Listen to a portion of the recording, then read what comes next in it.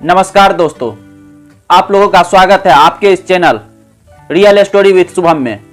आज हम लोग जानते हैं सबसे बड़े साम्राज्य की स्थापना करने वाले सिकंदर की, जिसने पूरे दुनिया पर जीत हासिल कर लिया। महज 12 साल की उम्र में उन्होंने एक जंगली और बिगड़ैल घोड़े को अपने काबू में कर लिया, जो बाद में लगभग जीवन भर उस बच्चे का साथी रहा। यह बच्चा बड़ा होकर अलेक्जेंडर द ग्रेट यानी सिकंदर महान कहलाया और प्राचीन दौर की सबसे प्रसिद्ध शख्सियतों में एक बना।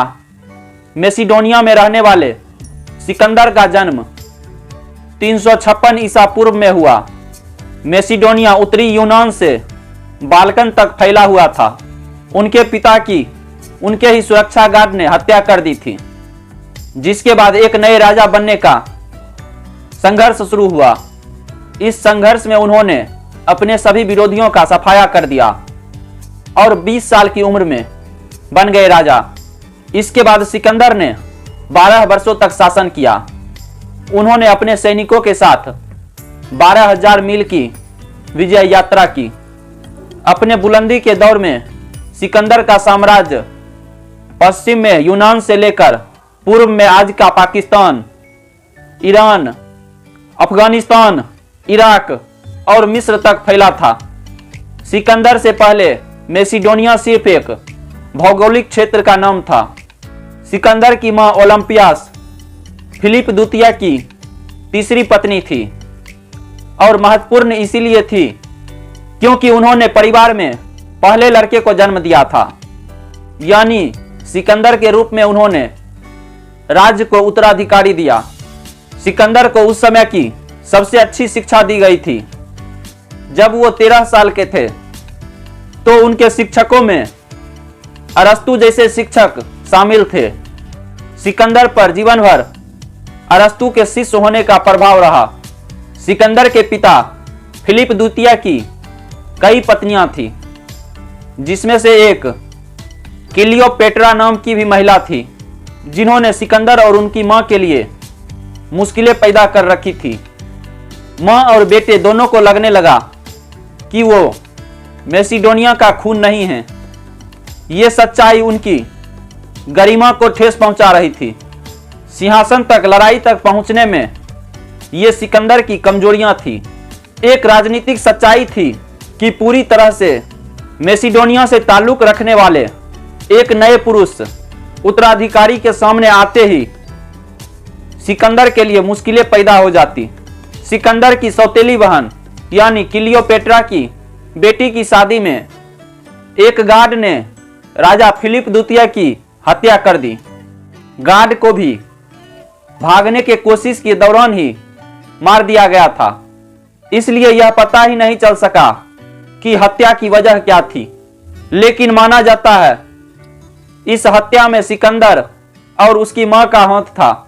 इस हत्या के बाद सिकंदर का हाथ नहीं रुका और उन्होंने एक एक करके उन सबको मार दिया जो उनके उत्तराधिकारी के लिए खतरा बन सकते थे। आखिरकार सिकंदर सिंहासन पर बैठे और उनकी नजर फारस साम्राज्य पर थी। यह साम्राज्य इतिहास के वास्तविक सुपर पावर में से एक था। फारस साम्राज्य की सीमा भारत से लेकर मिस्र और उत्तरी यूनान तक फैली हुई थी। लेकिन इस महान साम्राज्य का खात्मा सिकंदर के हाथों हुआ।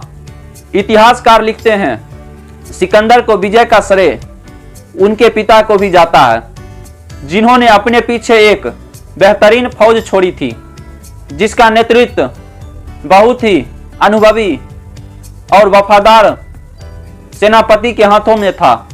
हालांकि एक चालाक और कुशल दुश्मन को उसके इलाके में जाकर हराना खुद सिकंदर की एक नेता के रूप में बुद्धिमत्ता और युद्ध रणनीति में महारत का कमाल था। मैसिडोनिया के लोग हमेशा से एक सैन्य ताकत नहीं थे। सन 334 ईसा पूर्व में सिकंदर की सेना फारस साम्राज्य में दाखिल हुई। सिकंदर की 50,000 सेना को उस समय सबसे कुशल और प्रशिक्षित सेना का सामना करना था। एक अनुमान के अनुसार राजा डेरियस की सेना की संख्या 25 लाख से अधिक थी, जो उसके पूरे साम्राज्य में फैली थी। इस सेना का दिल कहे जाने वाले को अमर सेना कहा जाता था। यह 10,000 सैनिकों की एलीट रेजिमेंट थी। इसमें कभी भी सैनिकों की संख्या कम नहीं होने दिया गया। लेकिन इस जबरदस्त सैन्य शक्ति के बावजूद सिकंदर के प्रभावी और बुद्धिमान रणनीति के वजह से फारस साम्राज्य हार गया। सिकंदर कभी कभी नशे में धुत हो जाते थे और एक बार रात के खाने के समय नशे की हालत में अपने एक दोस्त को मार डाला था। प्राचीन यूनानी उन्हें एक आम आदमी नहीं, उन्हें देवता समझने लगे थे। खुद सिकंदर को भी विश्वास हो गया था कि वो देवता हैं। फारस साम्राज्य पर कब्जा जमाने के बाद उनकी सेना पूर्व की ओर बढ़ने लगी और भारत तक पहुंच गई। इसके बाद सिकंदर मैसिडोनिया वापस लौटने लगे, लेकिन वतन वापसी उनके किस्मत में नहीं थी। सन 323 ईसा पूर्व में 32 साल की उम्र में बेबीलोना, जो कि वर्तमान में ईरान का इलाका है, वहां पहुंचने के बाद अचानक एक रहस्यमय बीमारी से उनकी मृत्यु हो गई। कुछ का मानना है उनके मौत का कारण घाव में होने वाले इन्फेक्शन से था, तो कुछ का मानना है उनकी मौत मलेरिया से हुआ। सिकंदर को फारस साम्राज्य पर विजय पाने के बाद भारत आने की क्या जरूरत पड़ गई थी? इसके कई कारण हैं। सिकंदर यह दिखाना चाहते थे कि उनके राज्य की सीमा वहां तक पहुंच चुकी है जहां तक इनके पिता नहीं जा सके थे। सिकंदर की लगातार जीत ने उन्हें विश्वास दिला दिया था कि वो जहां तक जाने की कोशिश करेंगे वो वहां तक जा सकते हैं। कुछ इतिहासकारों का मानना है सिकंदर का अगला लक्ष्य अरब क्षेत्र था, लेकिन समय और परिस्थितियों ने उन्हें मोहलत नहीं दी।